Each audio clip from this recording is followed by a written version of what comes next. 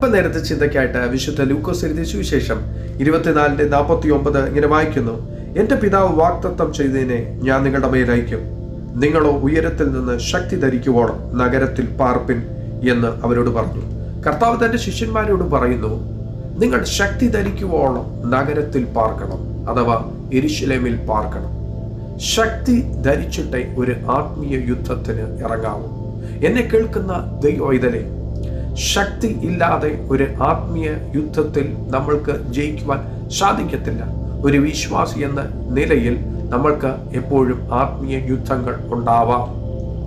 സ്തോത്രം. ആ യുദ്ധം ജയിക്കണമോ, അത്യന്ത ശക്തി നമ്മുടെ ഉള്ളറകളിൽ വ്യാപരിച്ചേ പറ്റത്തുള്ളൂ.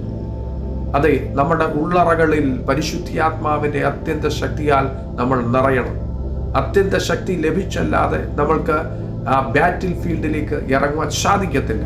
ഇന്ന് പകലിൽ പരിശുദ്ധാത്മാവിന്റെ സന്നിധിയിലേക്ക് നമ്മളെ തന്നെ ഏൽപ്പിച്ചു കൊടുക്കുന്നെങ്കിൽ പരിശുദ്ധാത്മാവ് നമ്മളെ ആ അത്യന്ത ശക്തിയാൽ നിറച്ചിരിക്കും. എങ്ങനെ ആ ശക്തി നമ്മൾക്ക് ലഭിക്കും? കർത്താവിന്റെ വചന അപ്പോസ്തല പ്രവർത്തികൾ 1:8 ഇങ്ങനെ വായിക്കുന്നു. പരിശുദ്ധാത്മാവ് നിങ്ങളുടെ മേൽ വരുമ്പോൾ നിങ്ങൾ ശക്തി ലഭിച്ചിട്ട് യെരൂശലേമിലും യഹൂദയിലും എല്ലായിടത്തും ശമരിയയിലും ഭൂമിയുടെ അറ്റത്തോളം എൻ്റെ സാക്ഷികളാകും എന്ന് പറഞ്ഞു. അതെ, പരിശുദ്ധാത്മാവിൻ്റെ ശക്തി നമ്മുടെ ഉള്ളറകളിലേക്ക് ഇറങ്ങുമ്പോഴാണ് ആ ശക്തി നമുക്ക് ലഭിക്കുന്നത്. പരിശുദ്ധാത്മാവ് നമ്മുടെ ഉള്ളറകളിലേക്ക് ഇറങ്ങുവാൻ ദൈവസന്നിധിയിലേക്ക് നമ്മളെ തന്നെ സമർപ്പിച്ചാട്ടെ. പരിശുദ്ധാത്മാവ് ഒരുക്കമാണ്. നമ്മുടെ ഹൃദയത്തിന് ആഗ്രഹത്തിന് അനുസരിച്ചാണ് നമ്മൾ ഇന്ന് പകലിൽ ആ ശക്തിയാൽ നിറയുന്നത്. സ്തോത്രം. ഇന്ന് പകലിൽ നന്നായി ഒന്ന് ആഗ്രഹിച്ചാട്ടെ. തൻ്റെ ഭക്തന്റെ ആഗ്രഹത്തെ മാനിക്കുന്ന ദൈവമാണ്.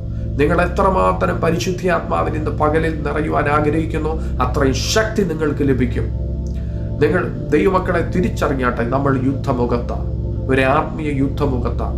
പിശാചിന്റെ മുമ്പിൽ തോറ്റു പോകാതിരിക്കണമെങ്കിൽ ഈ അത്യന്ത ശക്തി ലഭിച്ചേ നമുക്ക് മുന്നേറുവാൻ പറ്റത്തുള്ളൂ. ഈ അത്യന്ത ശക്തി ലഭിക്കാതെ നമ്മൾക്ക് മുന്നേറുവാൻ സാധിക്കത്തില്ല. അതുകൊണ്ട് നമ്മളെ തന്നെ സമർപ്പിച്ചാട്ടെ. പരിശുദ്ധാത്മാവ് തൻ്റെ സാന്നിധ്യത്താൽ ഇന്ന് പകലിൽ എന്നെ കേട്ടുകൊണ്ടിരിക്കുന്ന ചില വ്യക്തികളെ നിറയ്ക്കുവാൻ പോകുന്നു. ഏൽപ്പിച്ചു കൊടുക്കുന്നെങ്കിൽ ആത്മശക്തിയാൽ ഇന്ന് പകലിൽ നമ്മൾ നിറയും. കർത്താവിൻ്റെ ഗിഫ്റ്റുകളെ നമ്മൾ ഓപ്പറേറ്റ് ചെയ്യും. കർത്താവിൻ്റെ അന്യഭാഷയിൽ മാത്രമല്ല നിങ്ങൾ നിറയുന്നത്, അത് വ്യാഖ്യാനിക്കും, നിങ്ങൾ പ്രവചിക്കും, നിങ്ങൾ പ്രസംഗിക്കും, നിങ്ങൾ സൗഖ്യമാക്കും. നിങ്ങളിൽ കൂടി അസാധാരണമായ വീര്യപ്രവൃത്തികൾ നടക്കും. സ്തോത്രം. ഈ അത്യന്ത